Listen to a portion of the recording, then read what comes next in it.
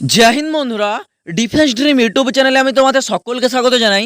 বন্ধুরা, এই মুহূর্তের সবথেকে বড় খবর বা বড় আপডেট বলতে পারো, তোমাদের অগ্নিপথ যোজনা কিন্তু লাগু করে দেওয়া হয়েছে। এমওডি অর্থাৎ বন্ধুরা মিনিস্ট্রি অফ হোম ডিফেন্সের তরফ থেকে তোমাদের অগ্নিপথ যোজনা স্কিম কিন্তু লাগু করে দেওয়া হয়েছে।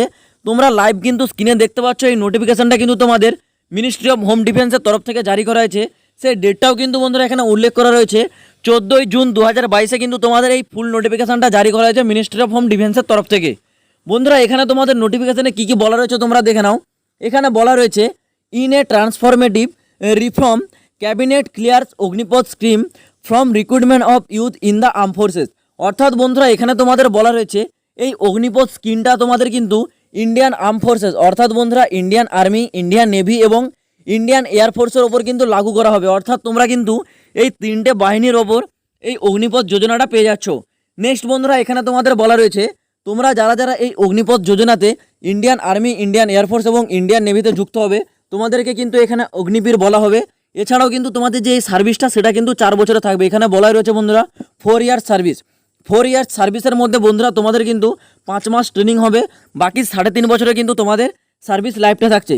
এছাড়াও বন্ধুরা তোমাদের এখানে বলা রয়েছে অ্যাক্টিভ মান্থলি প্যাকেজ। বন্ধুরা, এখানে তোমাদের একটা মান্থলি প্যাকেজ দেওয়া হবে। এবং বন্ধুরা তোমাদের একটা ইম্পর্টেন্ট বিষয় বলে রাখছি, এখানে কিন্তু তোমরা কোনো রকম পেনশন পাচ্ছ না। রিটায়ারমেন্টের পরে তোমাদেরকে যে পেনশনটা দেওয়া হয় ইন্ডিয়ান আর্মিতে, ইন্ডিয়ান নেভি এবং ইন্ডিয়ান এয়ারফোর্সে, সেই পেনশনটা কিন্তু তোমাদের এই অগ্নিপথ যোজনা অনুযায়ী কিন্তু দেওয়া হবে না। এখানে কিন্তু তোমাদের ওয়ান টাইম সেবানিধি দেওয়া হচ্ছে। অর্থাৎ বন্ধুরা তোমাদেরকে এখানে কিন্তু রিটায়ারমেন্টে একটা টাকা দেওয়া হবে, বড় অ্যামাউন্ট দেওয়া হবে, তারপর কিন্তু তোমাদের কোনো রকম পেনশন দেওয়া হবে না। তো রিটায়ারমেন্টে বন্ধুরা তোমাদের কত অ্যামাউন্ট দেওয়া হবে সেটাও কিন্তু আমি তোমাদেরকে আজকের এই ভিডিওর মাধ্যমে বলবো। এটা কিন্তু তোমাদেরকে এখানে নোটিফিকেশনে বলা রয়েছে, আমি তোমাদেরকে দেখিয়ে দিচ্ছি। তো তোমরা বন্ধুরা ভিডিওটা কমপ্লিট দেখো বিনা স্কিপ করে, তাহলে কিন্তু তোমরা সম্পূর্ণ ব্যাপারটা বুঝতে পারবে। এবার বন্ধুরা, এখানে তোমাদের যে স্যালারিটা দেওয়া হবে সেই ব্যাপারে বলে রাখি। বন্ধুরা, এখানে তোমরা দেখতে পাচ্ছ বেনিফিট টু দ্য অগ্নিবীরস, এখানে তোমাদের বলাই রয়েছে। বন্ধুরা, এখানে যে তোমাদের সার্ভিস লাইফ সেটা কিন্তু তোমাদের 4 বছরে হচ্ছে। তো 4 বছরে বন্ধুরা তোমাদের এই যে ফার্স্ট ইয়ারের সার্ভিস লাইফে যে মান্থলি প্যাকেজটা থাকছে সেটা কিন্তু তোমাদের 30,000 টাকা প্রতি মাসে। তোমরা ইনহ্যান্ড পাবে কিন্তু 70%, অর্থাৎ তোমরা 21,000 টাকা ইনহ্যান্ড পাচ্ছ। এবং তোমাদের যে 30% সেটা কিন্তু এখানে তোমাদের বলা রয়েছে কন্ট্রিবিউশন টু অগ্নিবীর ক্রপস ফান্ডে তোমাদের 30% যাচ্ছে, অর্থাৎ 9,000 টাকা। এছাড়াও তোমাদের এখানে কিন্তু বলা রয়েছে contribution to crops fund by GOI, এতে কিন্তু তোমাদের 9,000 টাকা যাচ্ছে। নেক্সট বন্ধুরা, তোমাদের সেকেন্ড ইয়ারে কিন্তু তোমাদের যে মান্থলি প্যাকেজ সেটা কিন্তু 33,000 টাকা থাকছে। এখানে তোমরা ইনহ্যান্ড পাচ্ছ কিন্তু 23,100 টাকা। এখানে তোমাদের অগ্নিবীর ক্রপস ফান্ডে কিন্তু যাচ্ছে 9,900 টাকা। এছাড়াও তোমাদের এখানে কিন্তু contribution to crops fund by জিওআইয়ের ক্ষেত্রে যাচ্ছে কিন্তু 9,900 টাকা। নেক্সট বন্ধুরা, এখানে তোমাদের থার্ড ইয়ারে 35,500 টাকা কিন্তু তোমাদের হচ্ছে মান্থলি প্যাকেজ থাকছে। ইনহ্যান্ড পাবে কিন্তু তোমরা হচ্ছে 25,580 টাকা। এবং তোমাদের 4 ইয়ার্সে কিন্তু যে স্যালারিটা তোমাদের মান্থলি প্যাকেজ থাকছে সেটা কিন্তু 40,000 টাকা। ইনহ্যান্ড পাবে কিন্তু তোমরা 28,000 টাকা।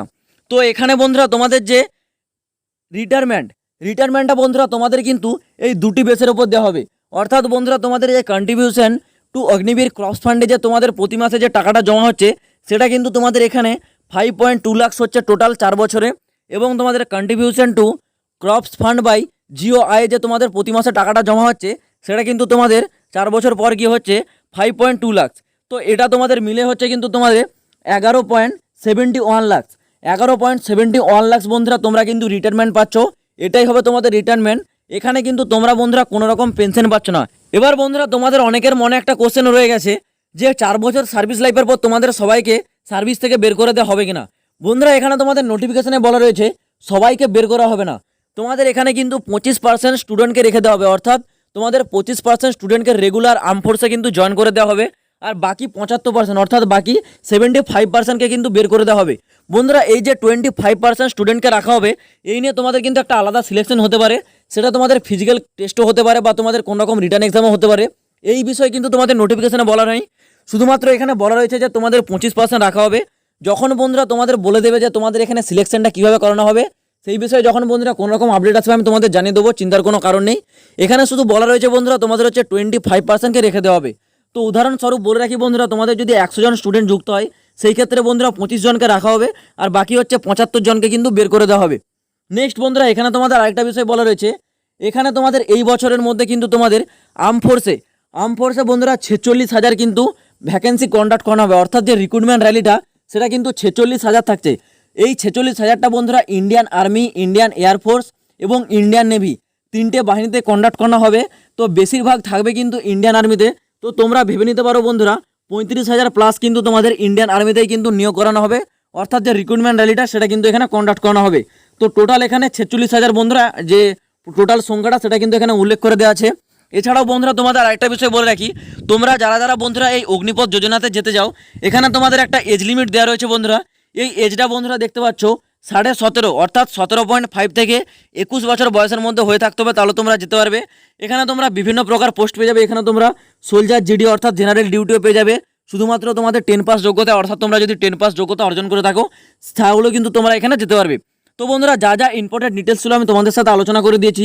তো তোমরা যদি বন্ধুরা এই নোটিফিকেশনটা একবার ডাউনলোড করে রিড করতে চাও, এই নোটিফিকেশনটা লিঙ্ক বন্ধুরা আমি ডিসক্রিপশনে দিয়ে রাখছি, তো তোমরা চাইলে একবার ডাউনলোড করে পড়ে নিতে পারো। তো বন্ধুরা আজ ভিডিওটা এই পর্যন্ত। যদি তোমাদের এখনও কোনো রকম প্রশ্ন থেকে থাকে তাহলে কিন্তু নিচে কমেন্ট বক্সে কমেন্ট করে জানাও, খুব শীঘ্রই আমি তোমাদের রিপ্লাই করব।